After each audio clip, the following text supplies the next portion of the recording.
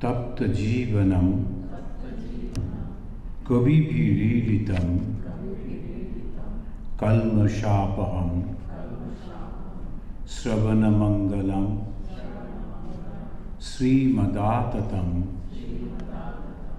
bhuvi grinanti e bhuridajanaha.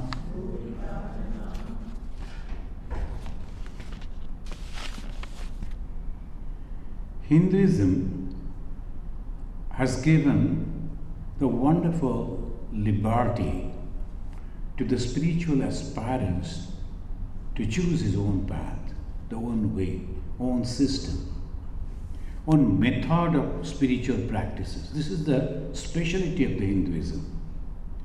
There is no list of do's and don'ts. They are completely open.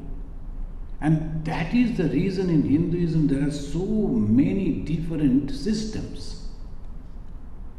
So obviously, in the beginning, sometimes some people they feel confused. If you go to some other religion, there's one special system that you have to follow these, like that. But here, there are many people, those who have not read the Gospel of Sri Ramakrishna, they don't bother to read it because they are practicing something else. There are many other scriptures we don't know, we don't read because we are satisfied with this. So that way there are so many varieties. Problem comes when a man wants to begin his spiritual journey, he thinks what book I should read. So that is the reason the last week we were discussing the when they say Mohayana ena gata sapanta. When the question was asked to the Yudhishthira, what is the path by which one can realize God or reach to the goal of spiritual life? Then he said Mohayana gata. Why? Because so many varieties of scriptures are there, different type of monks are there, expounders, they are expounding, explaining the same scripture in so many different ways. So better to look at the Mahayana, that means a realized soul. Who is a realized soul? How to understand? In the scripture itself it has said, these are the traits it will be there, present in their life. And very simply in 2 words we can say, he is completely free from any desire, no desire in his mind, completely free. That is the first thing. Second, completely unselfish. As because he is not having any desire, so completely unselfish. Whatever he does for the betterment of others, never to harm anyone. So that are the main traits, and other qualities will be there. So in the Shankaracharya giving a list that these are the way that we can understand that he is a Mahapurusha. He has realized the Brahman, read all the scriptures, these and this. So all different type of list is there. But this too is sufficient for us to understand. So if you observe a person's life, you will understand he is a great soul, he is trying to strive, but still we cannot consider him as Mahayana, a realized one. Why? Because he is having some tendencies to make his own group, and he only wants those people who will be listening to his words, and then they will talk to them. So like this you can understand. And we find here, when the question was asked to Sri Ramakrishna, we were reading and then we were explaining about that in last week, we can refer that he then answered by giving his own example. So what he did, what he experienced. And today also we will find, now he is mentioning about his own disciples. He is in the page 543, the Gospel of Sri Ramakrishna.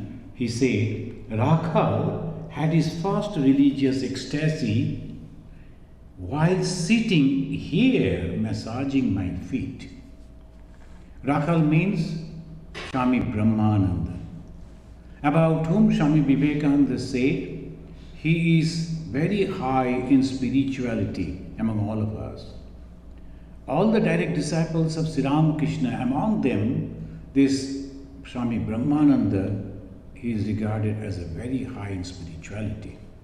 And when the Swami Brahmananda had that experience in 1884, Sri Ramakrishna passed away in 1886. In 1884, 2 years before, he had that experience. And what type of experience? Sri Ramakrishna is explaining. Not only just by telling his own, so the person who not only realized himself, and because of his company, because of his advice, because of his guidances, the disciples, the people who accepted him, also got that type of experience. So he said about Rakhal. Rakhal afterwards he took the sannyas and he became the famous as Swami Brahmananda, the first president of the Ramakrishna order. This is over here just below the Sri Ramakrishna. Here he said, Bhagavata scholar had been expounding the sacred book in the room. In the Sri Ramakrishna's room, a Bhagavata scholar, he was expounding. He was explaining of the Bhagavata. You know, the most of the time the Bhagavata Katha means the life of Krishna. Bhagavata is having 12 chapters, skandhas, not chapters, skandhas, book. And every skandha is having so many chapters. It's a big book. Only the 10th skandha, there they have explained all about Sri Krishna. They have mentioned about from 1 to 9 skandha, only about Vishnu. That too without name and form, without any qualities. That all pervading God. Then on the 10th we find at the end of that, they explained about the Vishnu taking the human form. And then we find mention about Sri Ramachandra. Then on the 10th, complete explanation of the Sri Krishna. And mostly they will be speaking about the Sri Krishna and his Leela. When they explain about the Bhagavata, mostly the Leela. Today I got a mail that someone is requesting that their guru will come, he wants to give a talk. So he has given that. So I was listening, he was explaining all about the Krishna's Leela, when he was a baby, how he did, what he did, etc., etc. So mostly they explain like that, and slowly in 3 different Leelas it goes. I do not know what they were explaining. They must be explaining about the divine ecstasy of the Krishna. And when the Rakhal, that young boy, he was listening to that, he shuddered every now and then. That only they were explaining about Sri Krishna, they were mentioning the name of the Krishna, and his mind was so pure, immediately it was transformed into that period, and as if he is realizing that he is that period, and his body was shuddering, shaking, and then he became altogether still. That means the consciousness of the body and the present time was in oblivion, all gone. His mind was present with the God. So that is the way he experienced. And his second ecstasy was at Balaram Bose's house. Balaram Bose is a householder devotee. His family, they were having a lot of wealth, but only the Balaram Bose, other brothers were not that spiritual. Of course, they were religious type of people, but not much interested in developing the spiritual life. Balaram Bose only. The Balaram Bose had a house in Calcutta, still it is there. Now it has been given to the Ramakrishna mission, we have ashrama there. So Balaram Mandir we call it, the Balaram Bose house. In that state, he could not keep himself sitting upright. Sri Ramakrishna used to visit that house very frequently, and along with him some of the disciples used to go, And this, our Rakhal Maharaj, whose nickname was Rakhal, and some afterwards he became the sannyasa. And Swami Vivekananda gave him the name Raja Maharaj. He had that type of command to control everyone, not by telling anything, not dictating anything, but he had this wonderful spiritual, the power, the presence. The moment he used to go and stand before the other people, they used to feel that I should obey him, that commanding personality. So Swami Vivekananda called him Raja Maharaj. So this Raja Maharaj, or the Rakhal, he had his second experience in Balaram Bosch house. But this is really, sometimes, spiritual experiences is supposed to be in a very holy place. We can understand in the Dakshineshwar, when Sri Ramakrishna is sitting and at his feet, massaging and giving the service to his guru, and he got that experience, and while another person was reading the life of Sri Krishna, explaining the Bhagavata, we can understand that. But what about this in householders? Balaram Bosch. So he took, Sri Ramakrishna is mentioning, in that state he could not keep himself sitting upright.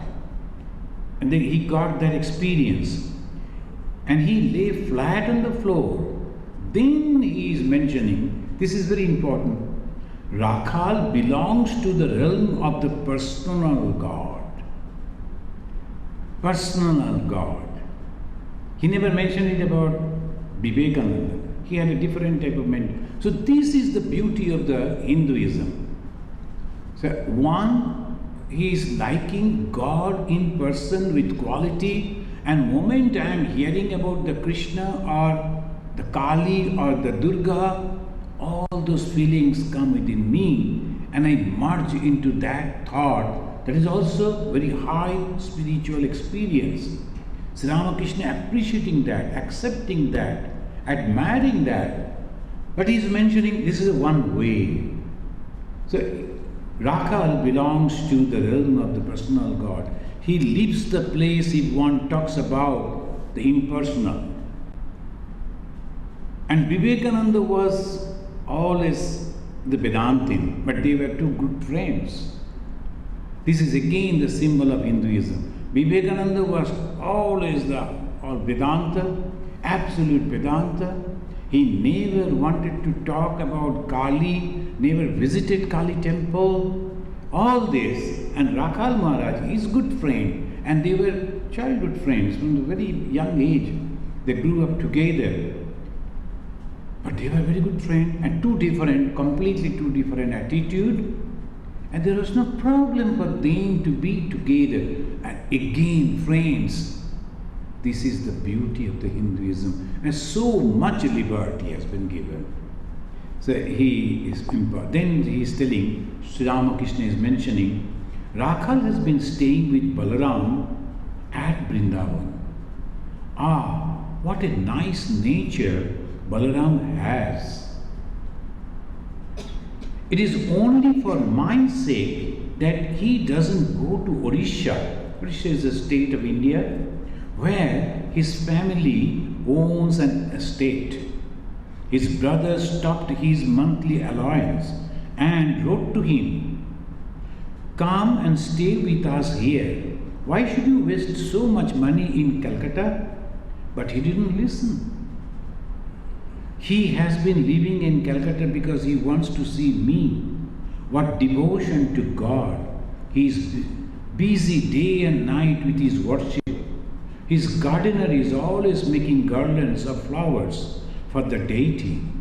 He has decided to spend 4 months a year at Vrindavan to reduce his expenses. He gets a monthly allowance of 200 rupees. In those days, 200 rupees is a great amount. Why I am fond of the youngsters? Before that, look at it. Sri Ramakrishna is to say, samsari, the householders. And sometimes some people were coming, the householder were coming and standing in his room. When they left, Ramakrishna used to watch that particular place. He never wanted to touch anything that they offered. He could not drink water given by them. But at the same time, same Sri Ramakrishna, he is so much appreciative about another samsari who is Balaram. Why? Because his mind was given to God.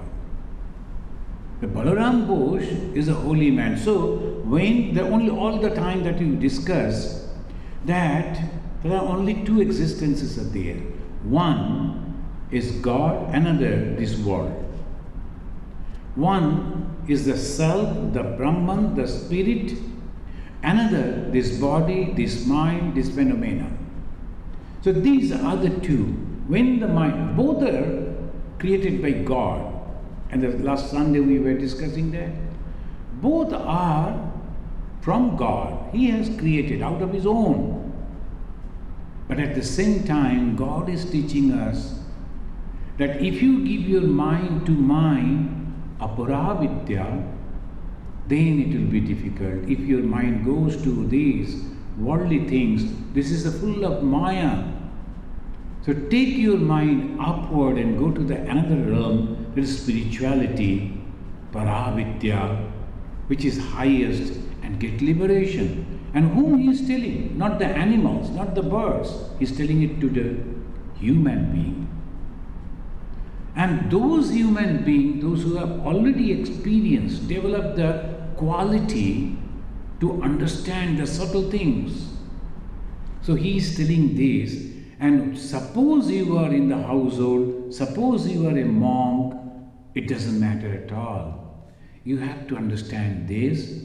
If a monk, a declared monk, a renouncer, he is thinking constantly about the worldly things, he is bound.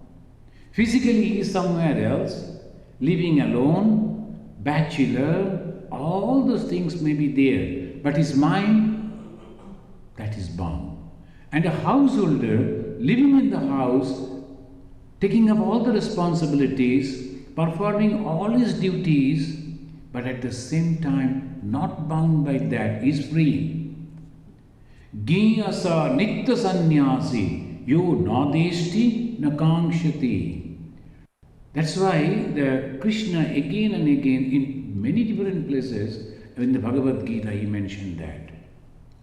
So when he is telling like this and he said, why am I so fond of the youngsters? Because they are still pure. What is the purity? Their mind has not gone to the world. The lust and lucre, the moment that is purity. Impurity and purity. We get that perfect definition. We always talk about the purity, purity, purity. What is the purity and what is the impurity? It's not the food, it's not the clothing, it's not the place you are living, it's not the people with whom you are living. It is only the thoughts. It's only the thoughts that are crossing your mind. If the thoughts are constantly going towards those things which are temporary in the world, you are a samsari, you are impure. And if the thought goes towards the other way, you are pure. So this he is telling. When Narendra first came here, he is giving another example of his another disciple. Of course, all of them, they had wonderful experiences. All of them. Why Sri Ramakrishna? Sometimes some people they ask. Because he is the God in person. How do you know? Anyone came to him with a holy mind, with a desire to realize God, with a prayer to see God, they got the success in their spiritual life. All of them. Look at not this picture, they are only the monastic members, they are only the sannyasis. There were so many ladies were there, householders were there, exalted life. Their lives, all the stories are there in the books. If you read, you will understand.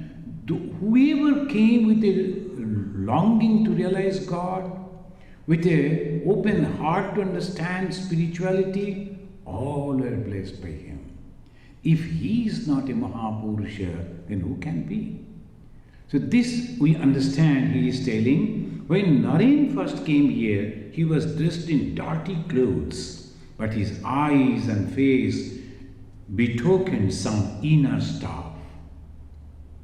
At that time, he did not know many songs. He sang one or two, and those two songs are so important. Without knowing, see, this is called samskara. When this young boy went over there, he knew some songs, and particularly he was trained in classical music, but instead he sang two songs which is really very meaningful. First is, let us go back once more, O mind, to our own abode. All of you know that song. Manna chala nija niketane. O my mind, let us go back to our own abode. And O Lord, must all my days pass by so utterly in vain? Jaye ki he dino amar bifale chaliye, all the days in vain? He sang. Why? Because that was his desire, his prayer, his strong will that came out through the music.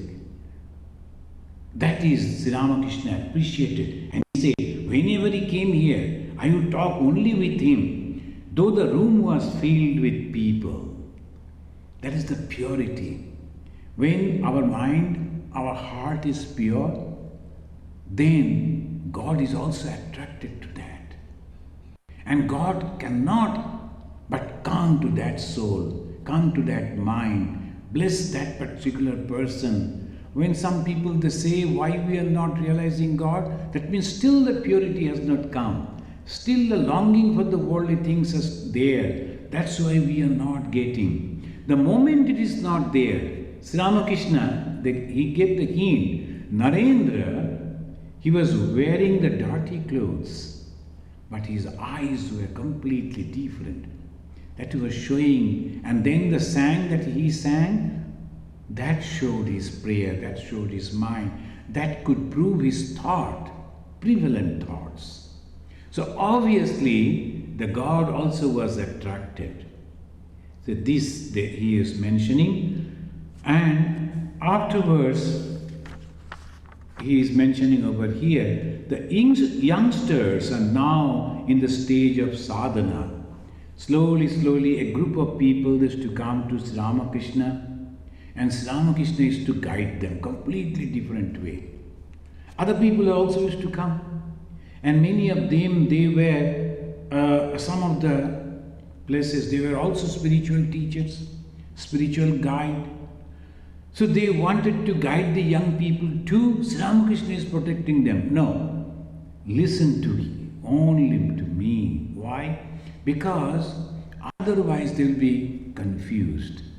So many paths, and the young mind won't be able to understand, and mostly there's chances they will make mistake, but thinking that, oh, this is a wonderful path, I should go, I should follow, but one should not.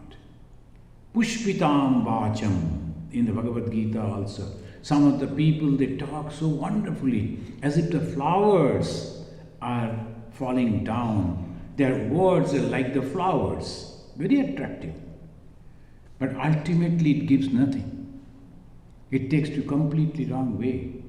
So Sri Ramakrishna, the God himself, wanted to make a band of young people completely free from the worldly touch, so that they can carry the fire to the whole world, to the whole universe. So that's why he is making them. They are aspirants. For them, the only thing now is renunciation. But those who want to become the monk, for them this is the advice of Sri Ramakrishna. You want to become truly a spiritual seeker?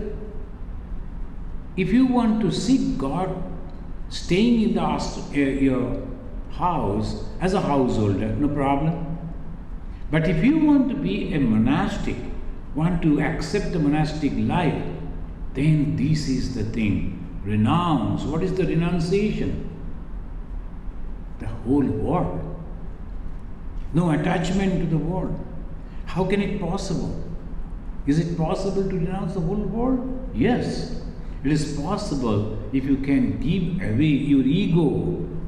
If there is no ego, there is no desire. And when there is no desire, no worldly things for you. Whatever comes, I am very happy. Whatever duty comes, whatever the work comes, whatever the way I have to live, I am always happy. Why? I want only God and nothing else. Because the madly way one is pursuing the God. That's why he said youngsters are now in the stage of sadhana. That is called sadhana. They are aspirants. For them the only thing now is renunciation. Can you tell me why all these youngsters, now Sri Ramakrishna coming back to his own. He's telling, can you tell me? He's now asking the devotees. And you see how he is. Can you tell me why all these youngsters and you people do visit me? This is the question he is asking. Indirectly, he is giving them the idea that you are also having a very pure mind, so that you are understanding my words, appreciating my way of life. So he said in this way, there must be something in me. Or why should you all feel such a pull, such attraction? One person came and he said, I appreciate you, Swami. I listen to your YouTube talks, but I cannot accept Sri Ramakrishna as God. Then I told you are misunderstanding my talks then. Because in my talks there is only Sri Ramakrishna and his ideas, his ideologies, and nothing else. So you may be that you are misunderstanding all my talks. But anyway, listen to it. Once again, see that the Sri Ramakrishna is the personality of those ideals and ideas. So that is Sri Ramakrishna. And Sri Ramakrishna is telling indirectly why you people are coming to me. Not only the youngsters, you too, appreciating, coming, listening to me, sitting at my feet. Why? You must have found something in me. Or why should you all feel such a pull, such attraction? Now he is giving an example. Once I visited Hriday's home at Shihor. If you go to Kamarpukur, the birthplace of Bhagavan Sri Ramakrishna, from there a little distance, another village is there. His nephew was there. So this nephew, his name is Hridayaram. The Hriday's house at Shihor. From there I was taken to Sham Bajar. In Calcutta also there is a famous Sham Bajar. It is not that Sham Bajar, it's a separate village. I had a vision of Gauranga before I entered the village. And I realized that I should meet Gauranga's devotees there. Gauranga means Chaitanya Mahaprabhu. Gaura Anga. Gaura means the white complexion. He was very white complexion. So Chaitanya Mahaprabhu also, he had a name Gauranga. And as because he was born under a neem tree, his mother gave his name Nimai. So Nimai, Gauranga, Chaitanya, the same personality. Nearly 400 years before Sri Ramakrishna, he advented in Bengal. He had a great followers. So this Sri Ramakrishna went over there, he wanted to, as because he got the vision of the Gauranga, Chaitanya Mahaprabhu, he wanted to meet their devotees. For 7 days and nights, I was surrounded by a huge crowd of people. Such attraction. Nothing but kirtan and dancing day and night. People stood in row on the walls and even were in the trees. Just to look at this. This is the, how we will know that he is a holy man? Attraction. An attraction for what? Nothing, just his presence. Nothing else. Not as a very good singer, very good speaker, very good something that he will do, nothing like that. His presence only. His very presence will draw thousands of people. In the young man of the Nazareth, Jesus, he was not having any education. He was not having any social status. But still, wherever he went, thousands of people gathered from all over to listen to him, what he says. The son of a carpenter, what was there? That proves wherever Buddha went, after the realization that that type of young men were there in many the places, but still the Buddha, wherever he went, thousands of people, including the kings, they used to come and listen to him, talk to him. Attraction. Wherever Sri Ramakrishna went, attraction. So this proves how we will know that we are choosing a Mahapurusha, a great soul. This is this. A pure attraction, not to get anything, just attraction. Not to please bless us, so you will get this, please do this for us, please do this for me. No, nothing like that. Sri Ramakrishna explaining. I stayed at Natavar Goswami's house. The moment you hear his surname Goswami, they're all Vaishnavas. And either Goswami when they're Brahmin or Dasha when they're non-Brahmins. Those who are followers of the Vaishnava, either Goswami or Das. One American gentleman, he was telling, I also joined in some ISKCON movement, then I got this name, some Das. I said, why Das? Tell yourself Goswami. Because for him, the Brahmin, non-Brahmin are same, but still he got the, and he is very happy. And Das. So this is the Goswami. It was crowded day and night. In the morning, I would run away to the house of the weaver for a little rest. So this attraction, the rumors spread everywhere that a man had arrived who died 7 times and came back to life again. Sri Ramakrishna, he went into Samadhi, people thought he is dead. And again came back to the normal life. So for them, the ordinary people, there is something very, very attractive. They all came. The Vaishnava priest of the village came and almost started a quarrel. This priest came, why? They thought I would take their share of the fees from the devotees. Look at it. Vaishnava priest, they are also holy people. They are also worshipping the same Krishna and the Gauranga. And they are also reading the scripture. But attitude, our money is going away.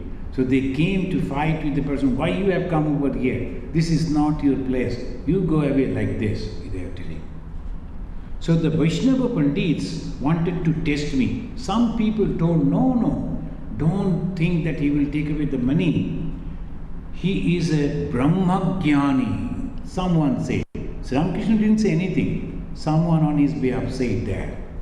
Then these Vaishnava Pandits wanted to test me. How to test? Look at it. One said, why hasn't he beads and mark on his forehead? The Vaishnava is supposed to have the mark on the forehead and also the beads constantly counting. Otherwise, you are not a Vaishnava.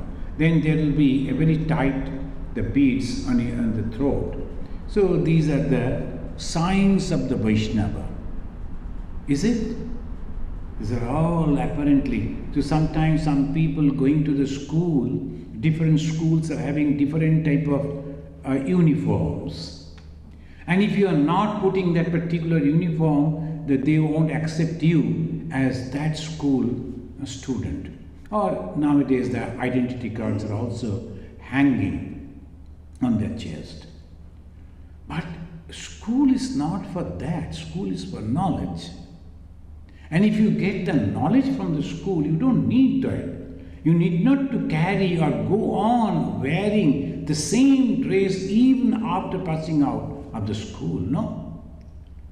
So the Vaishnava, they priest and so-called Pandits, their idea is only apparently you should have these marks, then only we will consider you Vaishnava. They could not think of the realization of the truth. What is that Vaishnava truth? The God has manifested in different forms. I am humble like a grass. Chaitanya Mahaprabhu said, be humble like a grass. Because everything that you see is nothing but the same God in different forms. So you cannot go on praising or criticizing. You have no right. You are a humble one. Lie down like a grass. Let all things go over you. Don't complain. Humbleness. And that is the teaching. But these people, so this is the difference. Friends, when you are reading this gospel, all the curtains, they are moving out. We can understand what is spiritual life. And what should be the goal. Where we are actually planning to reach. And that is exactly what Sri Ramakrishna is describing. And he said in that way, at Shambhaja, I learned the meaning of divine attraction. And one thing, the one person was telling when they said, why? He's not having the beads and mark on his forehead. Another of them replied, they have dropped from him as the dry branch from a coconut tree. This example Sri Ramakrishna has given in many different places. And every time he said that, he immediately gave the reference, I learned it from them.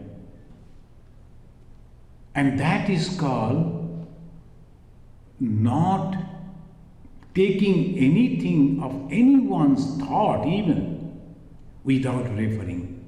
That is a theft one should not do. So that is Sri Ramakrishna is mentioning.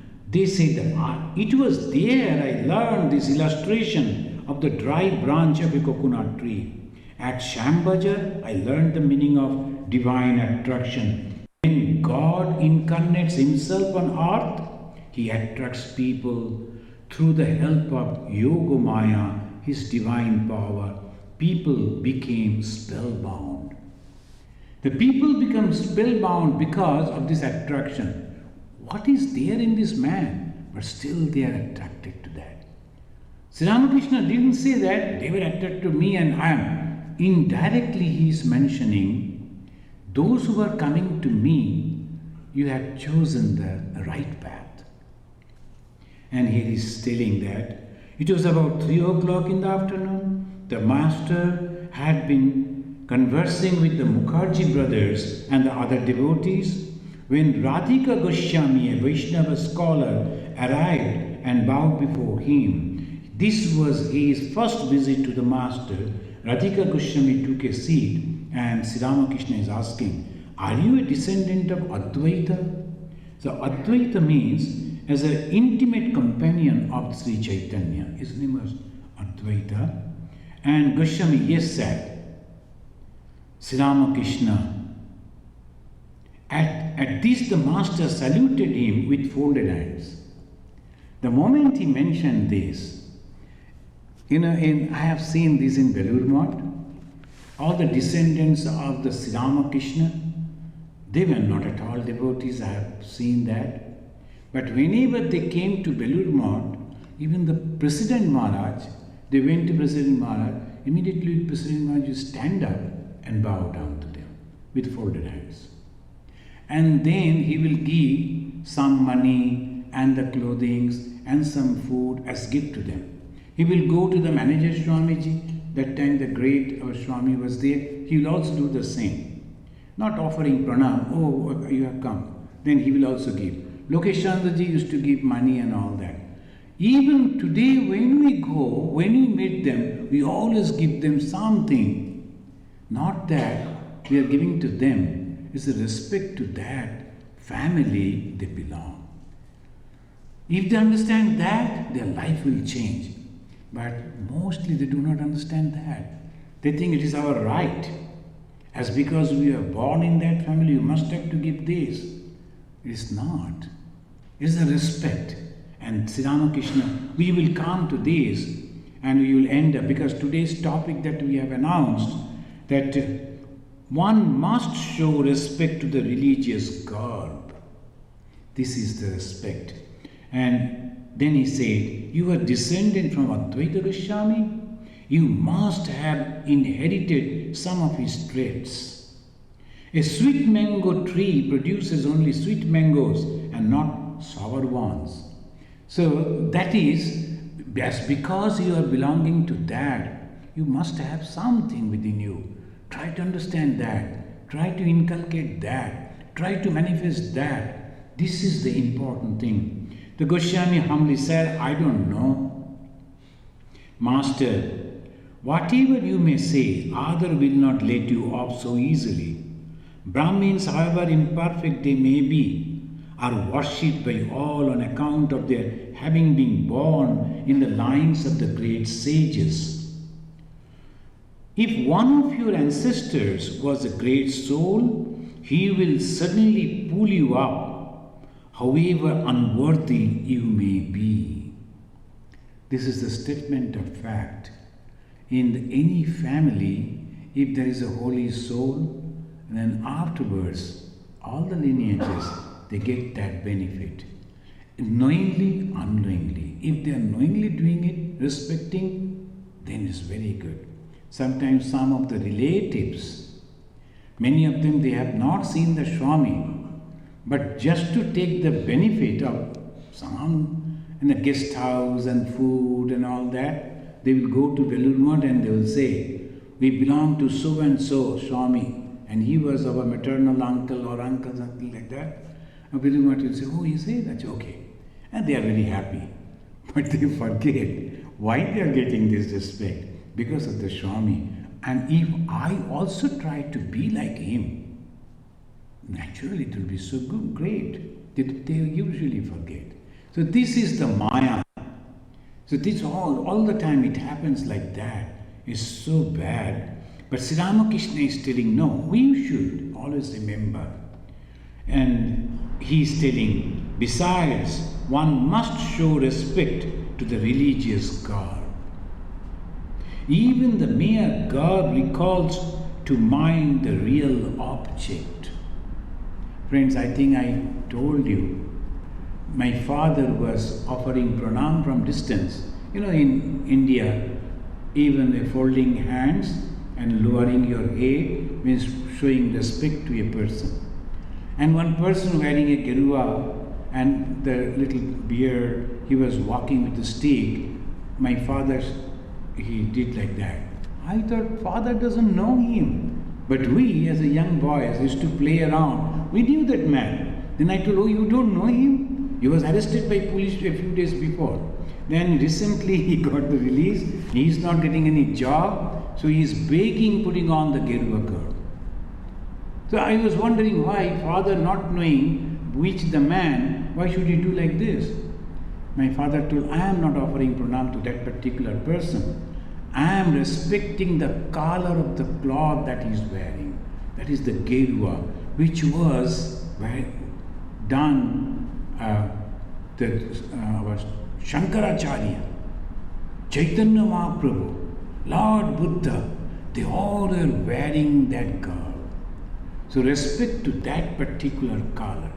Even in India, everywhere, if you put on the gerua, everywhere, you are respected. Still today, there is a tradition of the Indians, highly respected. But some people taking that opportunity, they will use the garb to do something wrong. That is not good. Anyway, always this type of people will be there in every walks of life. So this is what Sri Ramakrishna is telling. Why do people bow to Shankachil? Shankachil is a kind of kite. There's a falcon. So it is, sometimes it comes, and people, the moment they will see that particular bird, they will offer pranam from distance. When Kamsha was about to kill the divine mother, she flew away, taking the form of a Shankachila. So we know that in the Bhagavata, the Kamsha and the story, in this gospel page also, they have given the note describing that particular incident. The Divine Mother, the Mahamaya, the power of God, she took the form of a girl and she was born in Nanda's house. And the last Sunday only we were discussing that. I think before that, exchange. So this Nanda, from there, then our Krishna's father, Vasudev, he brought that girl to that prison and instead kept the Krishna, the little boy, over there at Nanda's place. And the Kamsha came, he saw there's a girl and he was supposed to be a boy, but anyway, he was not taking the chance. He wanted to kill the girl, but the moment he held the little baby, she flew and then taking a form of a Shankachili, he went away. And that is why the people remembering that, Shankachili has nothing to do, remembering that, they'll be offering pranam, because that is the power of God that manifested in that form. Even the snakes, that there are some places where they'll be worshipping the snakes. The Westerners, they do not understand why they are worshipping the snakes. And some people will be going and taking the photos. There are temples for the mouse. Because some places they keep the mouses and feed them. You know why? Because they are the carriers of the Ganesha. Not the mouse. We are remembering the Ganesha. So thinking that, you may think, oh, these are all foolishness. It may be foolish. But as Sri Ramakrishna is telling, one should respect to the religious garb also, the symbols. I am not worshipping that rat or the snake or the cow or the bull. The moment I see them, I immediately remember bull is the carrier of the Shiva. I remember Shiva. I remember cow, oh, she is the all holiness. So in every part of all gods and goddesses, I must respect that. That is the way when one sees the garb of a person wearing the girva, the respect. Where from this color came, most of the time the people will ask. You know, in the beginning, there was no conception of the monastic life. Among the Hindus, no conception. Buddha came much afterwards. The Hindu sannyasis, they used to, much afterwards the sannyasin conception came, they were rishis. So they used to go to the forest, but they were married people. Yajnavalkya, he was having 2 wives, we all read. Most of them, they used to go and they used to sit inside and they used to research their own mind, they used to come out with the truth and they used to teach that to the students. Like this it went on. Then time came, people started marrying and settling down, and then a group of people, they thought no. And very first one we can think of, that is Shukadeva, the son of Vyasadeva. The Vyasa was a married person. His son was Shuka. But Shuka, he told, no, I am not going to marry. Before Shuka, of course, there were some of this we can say, but we won't be able to tell them sannyasin. But they were also like this, like Sanaka, Sananda, Sanatan, Sanat Kumar, and all these Kumara groups. They were not married, immediately they were created by Brahma, they went for meditation, they were highly spiritual, elevated soul. But we find only this person, in the beginning itself, he said, no, I am not going to live in this household. The Shukadeva, he was not having the body consciousness. He never wore any clothes. Just like that, he used to visit everywhere. So that was the first condition. Then they understood, no, if we have to go to the villages, to the societies, we need the cloth to put on. So wear the clothes, because they are not having anything. They won't go anywhere. So they used to go and collect the pieces of cloth that was thrown by people on the burning places. And there the people, before the burning of the dead body, whatever the clothing the dead body was having, they used to throw it. These monks, they used to go and collect it, and naturally germs will be there. So they used to wash it with a particular type of stone. By rubbing that stone on that cloth, they used to wash. And these stones were available on the banks of the Kaveri and in some parts of Ganga and Jamuna. So everywhere it became a tradition. If you are picking up some clothes that has been thrown out, particularly in the cremation ground, that you must have to wash it first, dry, then wear. The moment you are rubbing that, still we are having that stones, we rub that, but in India everywhere, all the monks, they use that. Here it is very difficult to bring. So the permanent type of color we use, and they will be rubbing that and washing with then the flowing water.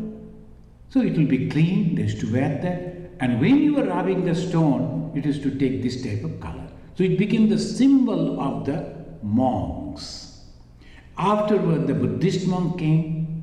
They also used to have the same thing. They also started collecting the clothes from the cremation grounds. And they used to have the same type of process, wearing that. So this became either Buddhist or the Hindus, all were wearing that. So Gerua, the saffron color, became the symbol of the renunciation. The Indian national flag is having that color, and naturally that gives that India as a nation are completely ready to renounce. The renunciation is one of the traits of the Indian national life. White is a purity, green is a symbol of life. So these three are there. So this sacrifice, so this is the symbol of the. So Sri Ramakrishna is telling one must pay respect to the Garbs. Not the person who is wearing, but the color of that. Then Sri Ramakrishna, I will take 1 or 2 minutes. The Shaktas follow the Tantra and the Vaishnava the Purana. There is no harm for the Vaishnavas to speak, but the Shaktas maintain secrecy. To Goswami, you are all good people. How much japa you practice, how much you chant in the name of Hari. Goswami, he is telling humbly, oh no, we do very little. I am a great sinner. Look at it. Then Sri Ramakrishna is pointing out. You have humility. That is good. But there is also another way. Now Sri Ramakrishna is teaching. I chant the name of Hari. How can I be a sinner? This is the teaching we hear from Swami Vivekananda. Sinner, it is a sin to call a man so. He said that. In the Christianity also, they will all say, I am a sinner. And with great humility, the Vaishnavas also say, Papi, Papi, Papi, I am a sinner, sinner, sinner. But Sri Ramakrishna giving them back the self-confidence. What is that? I chant the name of God, Hari. Hari is the name of Krishna. How can I be sinner? Think that the confidence. The once I am taking shelter at the feet of the God, I can never remain sinner. As because we don't have the pure conception, clear conception of the purity and the sin, this is the problem. So we also have sinner means as because we are living in the household. The sinner means as because I am not a priest. No, not like that. So this is the wonderful book. And that's why I gave the name Panchama Veda. This I again and again I say. Because many people, they wonder why I have given the Panchama Veda. If this is not Veda, then what is Veda? This is the wonderful knowledge, completely clarifying everything. Once you take the name of God, have confidence. the God is residing within your heart. And since your mind is going towards God, not to the world, you are purity. You are pure soul. At Vrindavan, I myself put on the garb of the Vaishnavas and wore it for 15 days. I have practiced the disciplines of all the paths. This is Ramakrishna. We are planning for the home of harmony based on this. I have practiced the disciplines of all the paths, each for a few days. Otherwise, I should have found no peace of mind. Because that was the mission. He is coming in his own life. He is showing it. I have practiced all the disciplines. I accept all paths. I respect the Shaktas, the Vaishnavas, also the Vedantins. These are the three great mud paths towards God realization. Shaktas, Vaishnavas and Vedantins. Therefore, people of all sects come here. And every one of them thinks that I belong to a school. Why should I be one-sided? The idea that the people of a particular sect will not come to me does not frighten me. I don't care a bit whether people come to me or not. The thought of keeping anyone under my control never crosses my mind. Author Shane, he was a deputy. In those days, can you imagine? Highly respected person, well established in the society, Vedanta society. He used to come to Sri Ramakrishna, and if he stopped coming, visiting, the people will say, oh, people are not going to him. He never bothered about that. He said, Author Shane asked me to ask the Divine Mother for a big position for him, but I didn't get it. If that makes him think differently about me, what do I care? This is Sri Ramakrishna. If some people are not coming, it's nothing like that. Those who are truly, truly spiritual, if they truly understand what is spirituality, like to develop spirituality, they will get the pull for sure. Once, Sri Ramakrishna said, if once someone has called God with a sincere heart, will surely come here. Thank you, friends. Now let us chant this mantra and conclude today. Niranjanam Nityam Anantarupam Bhaktanukampa Drita Vikraham Vai Ishavataram Parameshamidyam Tam Ramakrishnam Shirasa Namama.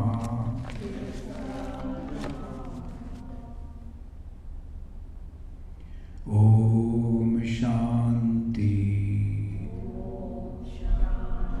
Shanti Shanti Hari Om Tat Sat Sri Ramakrishna Arpanamastu.